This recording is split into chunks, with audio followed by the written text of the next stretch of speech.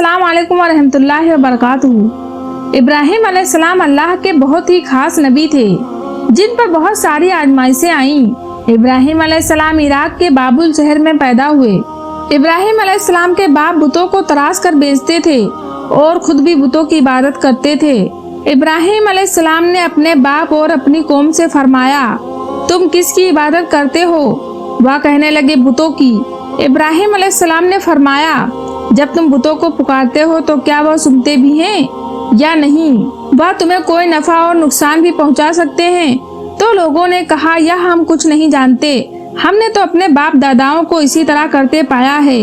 अल्लाह ने इब्राहिम अलैहिस्सलाम को कम उम्र में ही हिदायत दे दी थी, इसलिए इब्राहिम अलैहिस्सलाम ने कभी एक लम्हे के लिए भी बुतों की इबादत नहीं की थी। इब्राहिम अलैहिस्सलाम ने अपने बाप को समझाने की बहुत कोशिश की और फरमाया, अब्बा, मुझे ऐसा इल्म मिला है जो आपको नहीं मिला, इसलिए मेरे साथ हो जाइए, मैं आपको सीधा रास्ता दिखाऊंगा।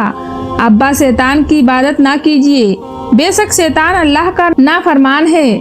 अब्बा, मुझे डर लगता है कि आपको अल्लाह का अजाब ना आ पकड़े, कि आप शैतानों के साथी ना हो जाएं। उनके बाप ने जवाब दिया, ए इब्राहिम, क्या तू मेरे माबूद से फिरा हुआ है? अगर तू बाज ना आया तो मैं तुझे संसार कर दूंगा। तू मुझसे दूर चला जा और कभी नजर ना आए। इब्राहिम अलैहिस्सलाम ने अपने बाप से फरमाया, आप पर सलामती हो, मैं अपने रब से आपके लिए बख्श तलब करता रहूंगा। वालिद के सख्त जवाब के बाद इब्राहिम अलैहिस्सलाम ने उनसे अलहदगी इख्तियार कर ली थी। इब्राहिम अलैहिस्सलाम बुत परस्ती से सख्त चिढ़ते थे। ईद के दिन उनकी कौम के लोग खाना पकाकर माबूद के सामने रख देते, फिर शहर के बाहर एक मैदान में जमा होते, वहाँ खेलते कूदते खुशियाँ मनाते।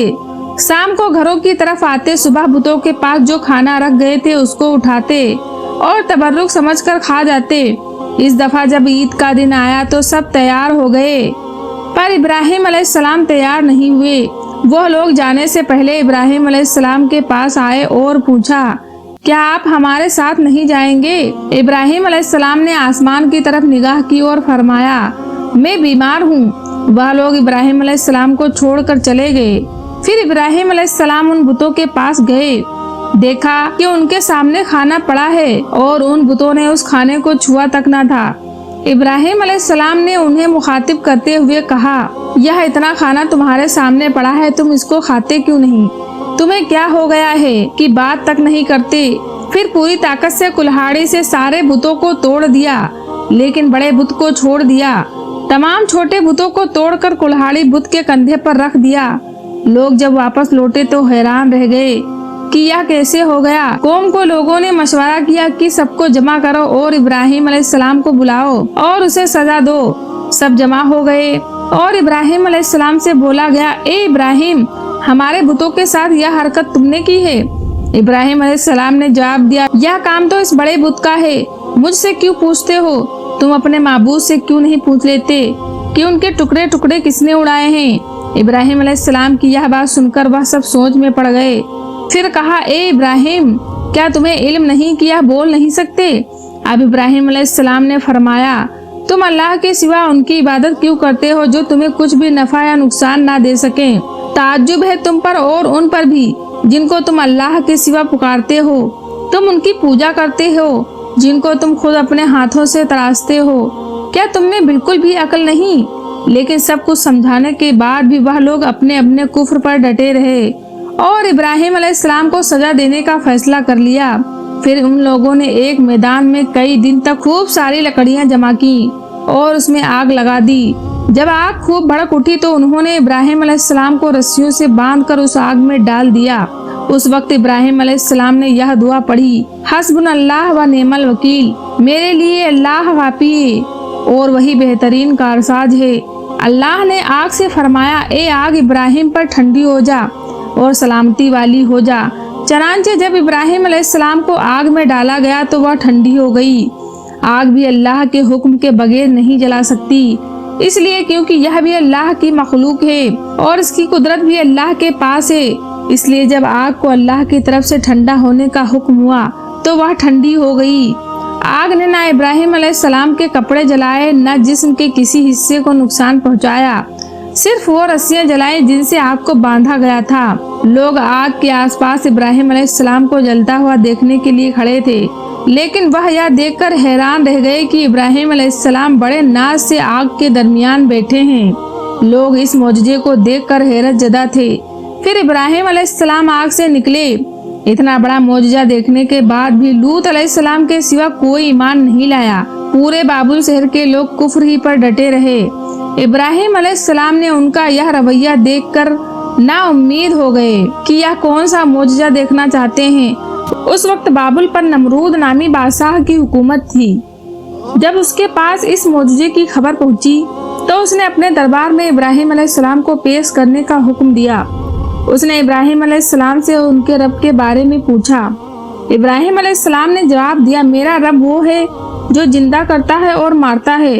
जवाब में उसने कहा, मैं भी जिंदा करता हूँ और मारता हूँ। उसने हुक्म दिया, जेल से 2 आदमियों को ले आओ। फिर उसने एक को कत्ल करने का हुक्म दिया और दूसरे को माफ कर दिया और कहने लगा कि देख लो, मेरे हुक्म से लोग मरते हैं और मेरे हुक्म से उन्हें जिंदगी मिलती है। इस पर इब्राहिम अलैहिस्सलाम ने कहा, बेशक अल्लाह सूरज को मशरिक से लाता है, तू उसको मगरिब से ले आ। इस पर नमरूद के पास कोई जवाब न था। इब्राहिम अलैहिस्सलाम को शहर से निकल जाने का हुक्म दिया। इब्राहिम अलैहिस्सलाम इराक को छोड़कर शाम की तरफ चल दिए। यहाँ पर उन्होंने अपने चाचा की बेटी सारा अलैहिस्सलाम से शादी की और यही रहने लगे। इस शहर के लोग बुतों की पूजा नहीं करते थे, बल्कि सितारों को पूजते थे। यह लोग रात को इबादत करते थे क्योंकि सितारे रात को दिखते हैं। एक रात इब्राहिम अलैहिस्सलाम ने इन लोगों के साथ निकले और एक चमकते हुए तारे को देखकर मजाक में बोले कि यह मेरा रब है। फिर जब वह तारा छुप गया तो बोले कि यह मेरा रब कैसे हो सकता है जो छुप जाए। अगली रात उन्होंने चांद को देखकर बोला, यह मेरा रब है। फिर जब दिन हुआ और चांद छुप गया तो बोले, यह रब कैसे हो सकता है। अगर दिन के वक्त किसी को अपने रब से हाजत होगी तो वह क्या करेगा। इन बातों से इब्राहिम अलैहिस्सलाम उन लोगों को गौर और फिक्र की दावत दे रहे थे ताकि वह लोग गौर करें। फिर जब दिन हुआ और सूरज निकला तो कहने लगे, यह मेरा रब है, यह तो सबसे बड़ा है। लेकिन जब वो भी गुरूब हो गया तो कहने लगे, यह भी रब कहलाने के लायक नहीं, यह सब तो मखलूक हैं और इनका खालिक कोई और है। मैं तो उसकी इबादत करता हूँ जिसने आसमान और जमीन को पैदा किया। उन लोगों ने फिर भी कुफ्र ही किया और कोई भी ईमान नहीं लाया। चनांचे इब्राहिम अलैहिस्सलाम ने फिर हिजरत करने का फैसला किया और मिस्र जा पहुँचे। मिस्र के बादशाह को खबर मिली कि एक शख्स हिजरत करके आया है और उसके साथ एक औरत है जो बहुत हसीन और जमील है। उस बादशाह ने अपने लोगों को भेजा कि उस औरत को मेरे पास ले आओ और पता करना कि उसके साथ जो है वो आदमी वह उसका कौन है। अगर वह उसका सोहर हो तो उसे कत्ल कर देना। उधर बादशाह ने अपने लोगों को भेजा। इधर अल्लाह ने इब्राहिम अलैहिस्सलाम को वही भेज दी। इब्राहिम अलैहिस्सलाम ने सारा अलैहिस्सलाम से कहा, अगर वह तुमसे मेरे बारे में पूछे तो तुम कह देना तुम मेरी बहन हो। फिर उन्होंने समझाया कि इस रूहे जमीन पर मेरे और तुम्हारे सिवा कोई ईमान वाला नहीं, इस लिहाज से तुम मेरी दीनी बहन हो। उस जालिम बादशाह ने सारा अलैहिस्सलाम को अपने महल में बुला लिया। जब उसने सारा अलैहिस्सलाम के साथ बदका करने के लिए अपने हाथ आगे बढ़ाए तो सारा अलैहिस्सलाम ने अल्लाह से दुआ की और दुआ की बरकत से उस बादशाह का हाथ जम गया। वह बुरी तरह चीखने लगा और उसके सारे मुलाजिम आ गए। यह देखकर सारा अलैहिस्सलाम डर गईं और सोचा कि अगर यह मर गया तो लोग यह सोचेंगे कि मैंने इसे कत्ल किया है। फिर उन्होंने उसे निजात देने के लिए अल्लाह से दुआ की और उस बादशाह का हाथ ठीक हो गया, पर उसने फिर से वही हरकत की, उसका हाथ फिर जम गया। ऐसा 3 मर्तबा हुआ और आखिरी बार उसने सारा अलैहिस्सलाम से वादा किया, अब की बार अगर तू मुझे इस मुसीबत से निजात दिलाएगी तो मैं तुझे छोड़ दूंगा। फिर सारा अलैहिस्सलाम ने अल्लाह से दुआ की और वह ठीक हो गया। फिर उसने सारा अलैहिस्सलाम को इज्जत से रिहा कर दिया और उनकी खिदमत के लिए अपनी बेटी हाजरा को उनके साथ कर दिया। सारा अलैहिस्सलाम जब वापस आए तो इब्राहिम अलैहिस्सलाम ने फरमाया कि अब हम यहाँ नहीं रहेंगे बल्कि वापस जाएंगे। फिर वह लोग वापस फिलिस्तीन चले गए। इब्राहिम अलैहिस्सलाम की उम्र 86 साल हो गई थी, पर उनकी कोई औलाद न थी। तो सारा अलैहिस्सलाम ने सोचा मैं बांझ हूँ और इब्राहिम अलैहिस्सलाम को औलाद की तमन्ना है, क्यों ना मैं हाजरा अलैहिस्सलाम का निकाह इब्राहिम अलैहिस्सलाम से करा दूं। फिर इब्राहिम अलैहिस्सलाम और हाजरा अलैहिस्सलाम का निकाह हो गया।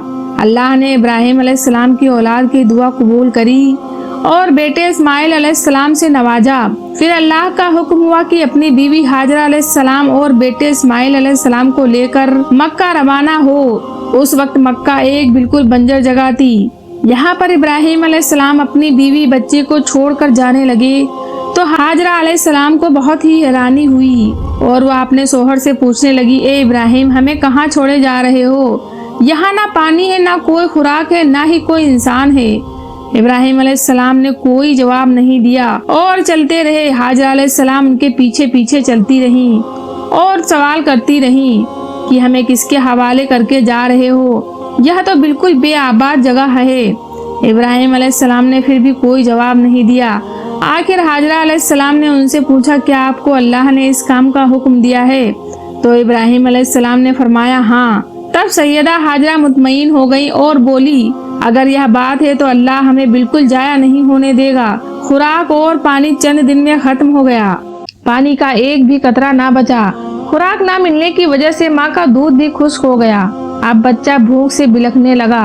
ہاجرہ علیہ السلام نے اپنے بچے کو بھوک سے روتا ہوا نہیں دیکھ سکتی تھی، اس لیے انہوں نے بچے کو وہیں چھوڑا اور پاس کی پہاڑی صفا کی طرف دوڑی کہ شاید کسی طرف پانی یا خوراک نظر آ جائے یا کسی انسان کی جھلک نظر آ جائے۔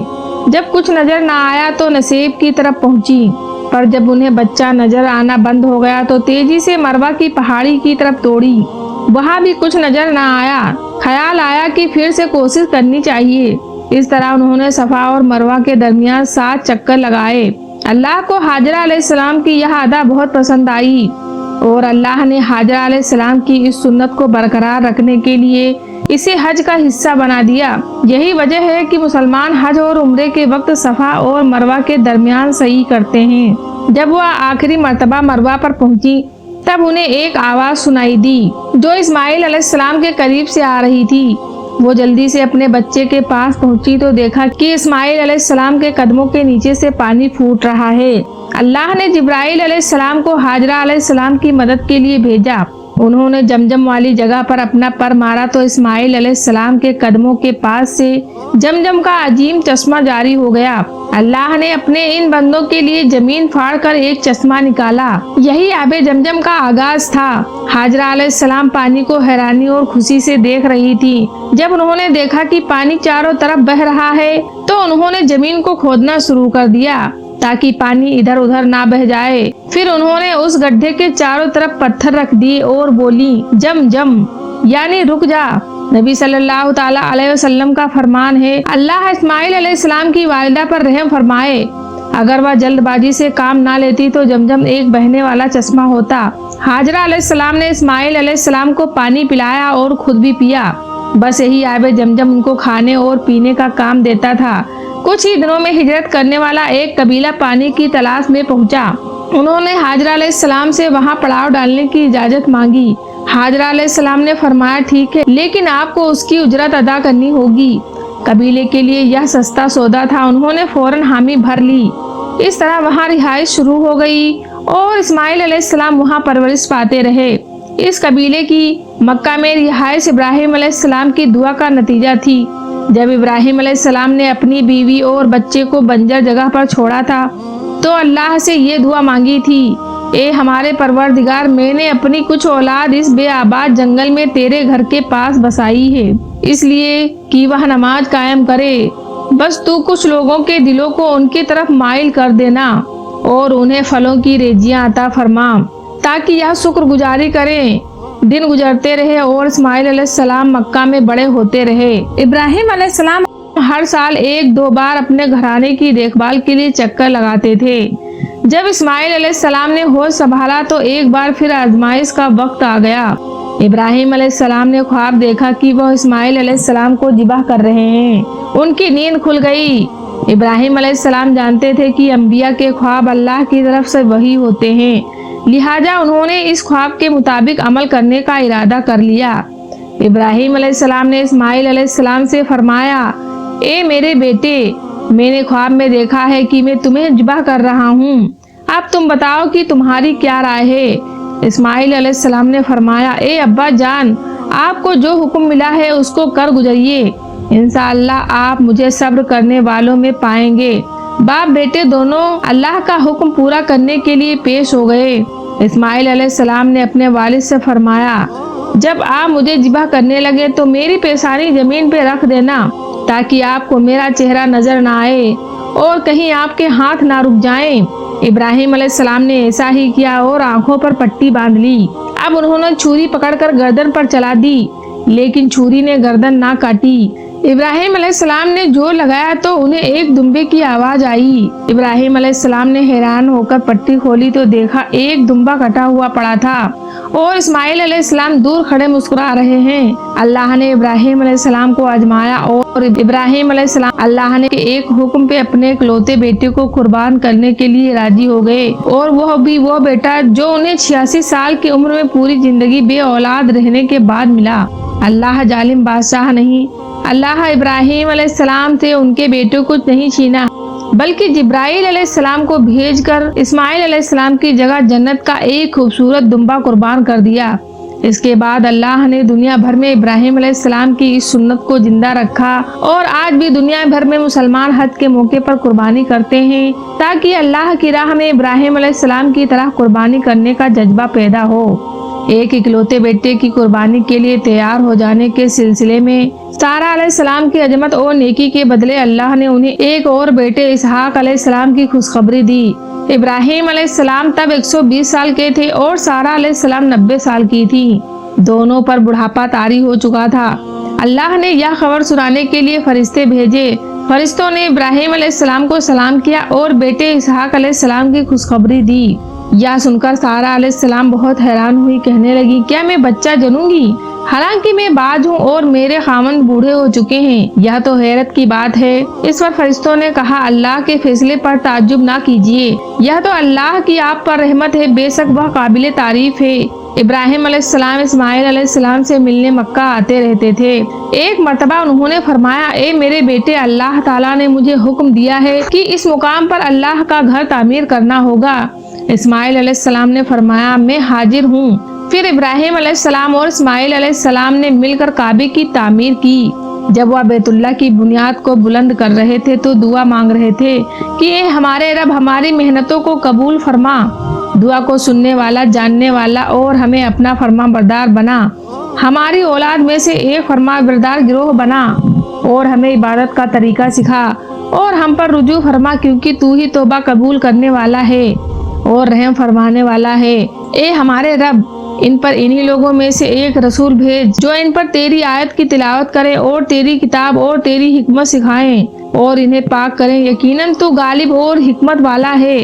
तामीर के वक्त अल्लाह ने जन्नत से एक पत्थर भेजा जिसका नाम हजरे अस्वद था। यह पत्थर निहायत सफेद था। अब यह पत्थर लोगों के गुनाहों की वजह से काला हो गया है। तामीर के वक्त इब्राहिम अलैहिस्सलाम एक पत्थर पर खड़े हुए, वह नंगे पैर थे। उसी वक्त पत्थर पिघल गया और पत्थर पर उनके पैरों के निशान आ गए। इसी पत्थर को आज मुकामे इब्राहिम कहा जाता है और आज भी लोग इसे देख सकते हैं। इस तरह काबे की तामीर हुई। अल्लाह ने इब्राहिम अलैहिस्सलाम को हुक्म दिया कि लोगों में हज का ऐलान करो। इस पर इब्राहिम अलैहिस्सलाम ने फरमाया, ए अल्लाह, मेरी आवाज भला किस किस को सुनाई देगी? अल्लाह ने जवाब दिया, आपके जिम्मे आवाज लगाना है, पहुंचाना हमारा काम है। फिर इब्राहिम अलैहिस्सलाम अरफात के पहाड़ पर चढ़े और आवाज लगाई, लोगों, बैतुल हरम का हज करो। इसकी बरकत से अल्लाह ने बैतुल हरम की मोहब्बत लोगों के दिलों में डाल दी, जिसकी वजह से आज तक हर कोई हज और उम्रा की ख्वाहिश रखता है और हजारों लोग हर साल बैतुल्लाह का हज करने के लिए जाते हैं। इब्राहिम अलैहिस्सलाम ने 175 साल की उम्र में वफात पाई। इब्राहिम अलैहिस्सलाम पर बहुत आजमाइश आई, पर हर मामले में इब्राहिम अलैहिस्सलाम अल्लाह के वफादार रहे। इसलिए अल्लाह ने इब्राहिम अलैहिस्सलाम को खलीलुर रहमान के लक़ब से नवाजा, यानी कि अल्लाह का दोस्त। तो यह था इब्राहिम अलैहिस्सलाम का वाक़िया।